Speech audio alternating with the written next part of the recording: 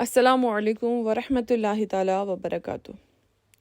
کیا اصل حقیقت سے واقف ہیں ہم کہ قربانی کا اصل مقصد کیا ہے؟ دیکھیے، سب کو واقعہ ابراہیم علیہ الصلوۃ والسلام اور اسماعیل علیہ الصلوۃ والسلام یاد ہے کہ ان کی یاد میں ان کی سنت پوری کرنے کے لیے قربانی کی جاتی ہے، لیکن کیا حقیقت کو کبھی ہم نے جانا ہے؟ جی ہاں، ان کی سنت ہے بالکل، لیکن سنت کے پیچھے کا راز کبھی پردہ اٹھایا گیا اس سے؟ ہم ہر سال قربانی کرتے ہیں، گائے، بیل، دمبا، اونٹ، گر جو کوئی جس کی قربانی کرنا چاہے وہ کرتا ہے۔ گوشت کے حصے کیے جاتے، سب میں بانٹا جاتا ہے، کھایا جاتا ہے، اور عید کے دن ملن جلن میں گزار دیے جاتے ہیں۔ بس عید الاضحیٰ آئی اور چلی گئی۔ کیا یہ ہے عید الاضحیٰ؟ یہ نہیں۔ عید الاضحیٰ کا اصل مقصد تو سمجھیے، جیسے ہر دن کا مقصد ہے اسی طرح عید الاضحیٰ کو جانیں۔ آئے جانتے ہیں کہ اس کا مقصد کیا ہے۔ اگر ہم سورہ حج کی طرف نظر کریں، آیت نمبر 37، اللہ رب العزت ارشاد فرماتا ہے کہ اللہ تک نہ ان جانوروں کا گوشت پہنچتا ہے نہ خون، بلکہ اسے تو تمہارا تقویٰ پہنچتا ہے۔ اللہ اکبر۔ آیت سے واضح ہو رہا ہے اللہ کے پاس قربانی کے جانوروں کا گوشت یا خون نہیں پہنچتا، بلکہ تقویٰ پہنچتا ہے۔ حضرت ابراہیم علیہ الصلوۃ والسلام کو جب خواب آیا تو وہ اس کو جٹلا سکتے تھے، کیونکہ بات ان کے بیٹے کی قربانی کی تھی، لیکن ان کو بیٹا نہیں، رب کی رضا اہم تھی۔ انہوں نے اپنے جان، مال، اولاد کی پرواہ نہ کی، بلکہ رب کی ذات کو مقدم ٹھہرایا۔ کیا ہم ایسا کر سکتے ہیں؟ اگر ہمیں حکم آئے کہ اپنے بیٹوں کی قربانی کریں تو کیا آپ قدم آگے بڑھائیں گے؟ ہرگز نہیں۔ کسی ماں باپ کا اتنا جگر ہی نہیں کہ وہ اپنے بیٹے کی قربانی دے۔ وہ کیسے؟ خلیل اللہ بنے۔ ایسے ہی خود کو رب کے لیے قربان کیا۔ وہ جانتے تھے اگر میرے رب نے مجھ سے قربانی مانگی تو اس میں بہتری ہوگی۔ ان کا ایمان کامل تھا، ہمارا نہیں ہے۔ ہم تو ذرا سی آزمائش میں رونے دھونے ڈال دیتے ہیں، شکوے شروع کر دیتے ہیں۔ کیا کوئی بیٹا خود کی قربانی دے گا؟ ہرگز نہیں۔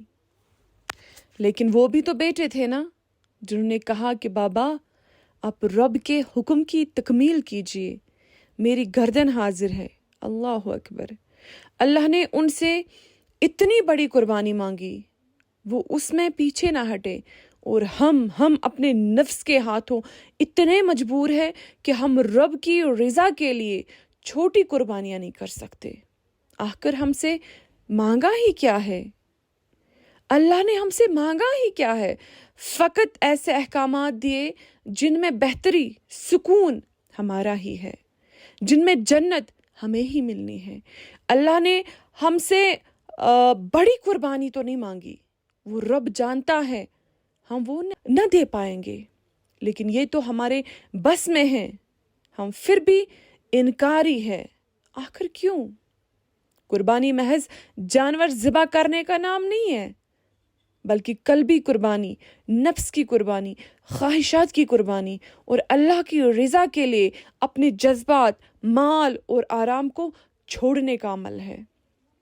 کیا مشکل ہے یہ اپنے نفس کو کچل دینا، اپنے اللہ کا ہو جانا، اپنے اللہ کے فیصلوں پر سر خم کرنا، اپنے رب کو دوست بنا لینا، ایسا دوست جس کا ہر حکم سر آنکھوں پر، دنیا سے کٹ کر رب کا ہو جانا؟ کیا مشکل ہے اس میں؟ ہم اپنی آرام دہی کے لیے، اپنی خواہشات کی تکمیل کے لیے سب کچھ کر گزرتے ہیں، ماں باپ کو منانے کے لیے ہر حد پار کرتے ہیں، لیکن اللہ کے احکام میں، اس کی رضا میں ہم دنیا کو لے آتے ہیں۔ قربانی کے اصل مقصد کو پہچانیے۔ محض جانور ذبح کرنا قربانی نہیں ہے۔ اللہ کا خلیل بننے کے لیے ابراہیم علیہ الصلوۃ والسلام جیسی قربانیاں دینی پڑتی ہے، پھر وہ رب دنیا میں اس قربانی کو سنت قرار دے دیتا ہے۔ سبحان اللہ۔ آپ ہر دفعہ قربانی کرتے ہیں، یا ہم ہر دفعہ قربانی کرتے ہیں، مگر آپ سے میری گزارش ہے کہ اس دفعہ آپ نے اپنے نفس کی قربانی کرنی ہے، اپنے نفس کو رب کے لیے قربان کرنا ہے۔ باقی اللہ رب العزت ہم سب کی قربانیوں کو قبول فرمائے، اور ہماری طرف سے خصوصاً کنیز زہرا فاؤنڈیشن ٹرسٹ اور کنیز زہرا فاؤنڈیشن فیمیل ونگ کی طرف سے عید کی بہت بہت مبارکباد۔ اللہ رب العزت آپ سب کو خوش رکھے، سلامت رکھے، ہمیں اپنی نیک اور جائز دعاؤں میں یاد رکھے، اور ہماری دعائیں ہمیشہ ہمیشہ آپ سب کے ساتھ ہے۔ السلام علیکم ورحمۃ اللہ تعالی وبرکاتہ۔